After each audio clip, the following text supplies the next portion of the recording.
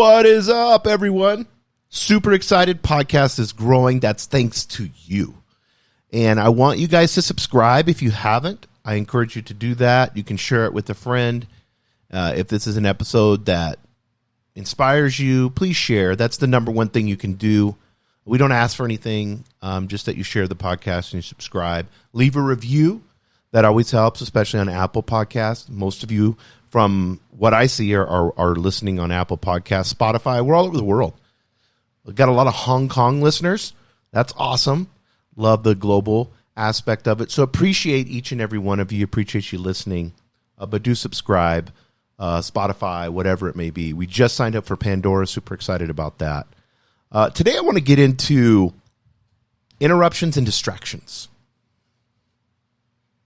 And I want to get into how we handle them.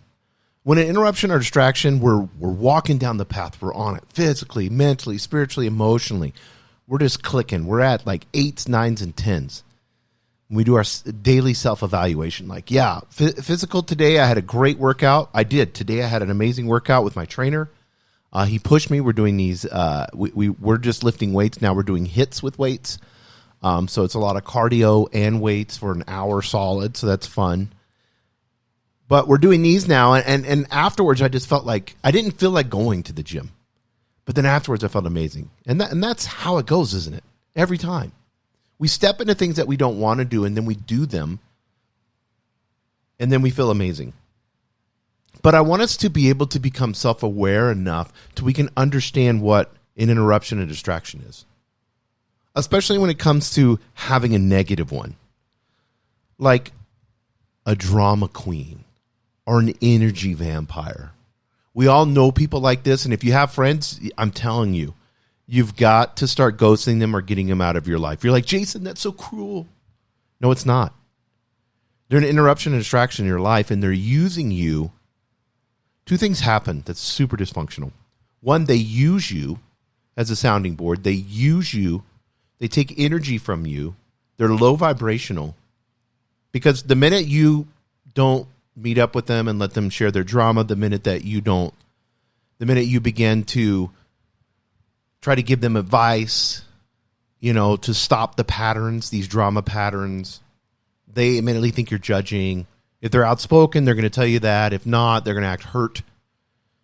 And then you're going to have to apologize. Everybody around them, they always play the victim.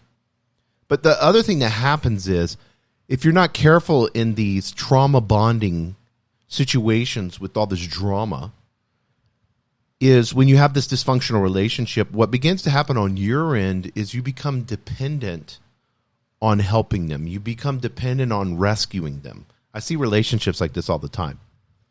Someone has to come in and rescue the other person from something that is horrific. They trauma bond.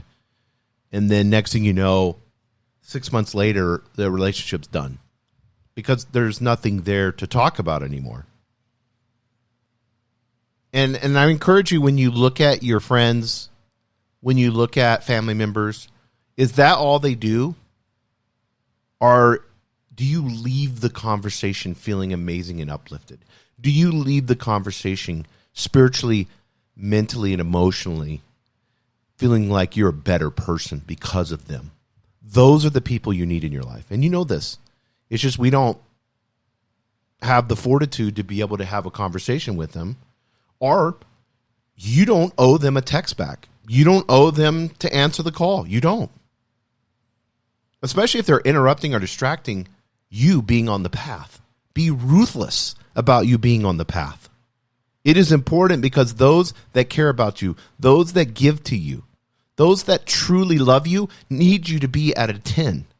And these energy vampires and drama suckers that are out there, think of those little sucking fish. They just suck all the energy out of you and just leave you in this super low vibrational state where you're just feel tired and want to eat fast food and don't care, just drink a lot of alcohol. That's that type of person. That's what they do to you. Derails you. Next thing you know, you're off the tracks. And then those that are there, truly there for you, that love you, they're not getting the best version of you, are they? The people that you really need to serve.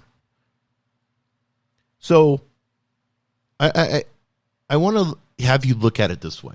Not just an interrupt and a distraction, But I want you to look at it this way.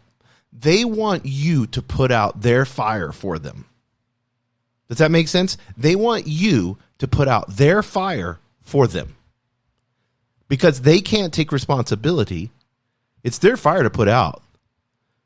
But you're the first person they call to go handle a situation. If you get your identity out of that, then you've got some self-awareness work to do in that arena. Not being able to get your identity out of rescuing people or helping people, or, you have to look at it and stand up for yourself and say, who I am, this is my identity, separate from everyone else. I love myself, thus I can love. So when they're asking you to put out their fire, that is a form of disrespect. It steals your time. It steals your attention. And they may not do it knowing. They may not do it being an evil person. They're just unconscious. They're just a reactive person that goes from ego to ego to ego moment. And you, honestly, and it's not your responsibility, honestly, to fix any of that. That may take them, in my opinion, multiple lifetimes, multiple meat suits before they figure it out as they go their level of consciousness. When I meet with someone, I want that person to challenge me. I want that person to inspire me. I want that person to love me. And when I have conversations like that, it's amazing. That's not an interruption. That's not a distraction. That is what human to human is all about. This conscious, loving beings sharing with each other lessons that they learned, things that they're going through that they've learned from it. It's a big difference. I don't know what to do. I'm a victim compared to, hey, Susan, I went through this week, and you know what? I realized, I stopped and I realized this, and this. And then once I realized that, I corrected it this way. Oh, man, that's a great life lesson to learn. Oh, thank you. Yeah, and me with this, and this. And then I corrected it this way, and I stopped myself, and I was going to do this. That conversation's amazing. Don't feel guilty. Do not feel guilty about being ruthless of you staying on the path. This goes for your work too. Let me explain this in work-wise. You have an open door policy. You've promoted that. You're carefree. You're relaxed. And you just let people come and go into your office. Okay. Do you have boundaries to that? Does the team, are you ultra clear? Do they know? Do they need to make an appointment with you? Can they just walk in and interrupt you no matter what you're doing? Can they walk in and sit down with a cup of coffee and distract you for 30 minutes? Are you their leader, or are you just a buddy hanging out? Big difference, guys. There has to be a little bit of separation in the sense of them understanding that you're on task. If they think work is just a place to drink coffee and see what's available for lunch and hang out all day, there's not going to be very much work getting done. They need to see that you are so busy that they need to schedule time with you. And then when they have that scheduled time with you, you give them 100% of attention.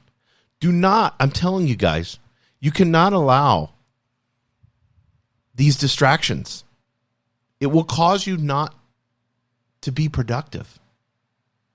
And worse, what it's going to do is you're just going to be putting out everybody else's fires, and everybody's coming into your office dumping on you. So at the end of the day, what are you? Super stressed out, don't want to go work out. You come, you don't even want like your partner, wife, husband, whatever, your children. You don't even want to talk to them. You just need to get and vent and get out and go away. That's what they did. That could have been easily solved. What if you accomplished everything that you needed to accomplish that day? What if in your office you were able to drink your coffee, relax, focus, have your Zoom meetings, your door was shut, everything was quiet? You had appointments that were set up. You were being proactive. You were coaching people. So your team were coming in there, but they were coming in there talking about a project that they're working on, and here's what's going on and needing some advice on that. So every conversation that you were having was loving and productive. We don't have time to shoot the shit. In coaching, you can be, how are you doing? How's it going? You can open up in coaching and say, hey, this last month I've been struggling with, this at work, and I'm really working on being, have you seen me be this way? That's a great one. Be like, hey, I've kind of been off here the last week, Jim. I don't know why. I'm still trying to figure it out, trying to be more self-aware on it. But Jim, does it appear to you like I've been off a little bit? He's going to be like, no, you look normal. Or he's going to say, yeah, you are kind of weird. Well, I'm working on that, Jim. What advice do you have for me? See how you flip the paradigm there? Now that's a conversation to have, isn't it? That's a deep conversation. That's one that he's going to learn from, he's going to remember it, and you're going to remember it, and you're going to learn from it. And then you could say, Jim, that's awesome. That's great advice. I'm going to try that. Maybe I need to go for a walk. Maybe at lunchtime I need to take 5 minutes and just get out of my office and go for a walk and get some fresh air. Or maybe, hey, you know what? Why don't you hold me accountable with this, Jim? And let's do a 10-minute walk just around the building every time at lunch. If you can just come grab me, that would be awesome. There you go. You're being proactive. You schedule it with him at lunchtime, 12 o'clock. He's going to come knock on your door and say, hey, he's helping you. You see, that's how a leader works.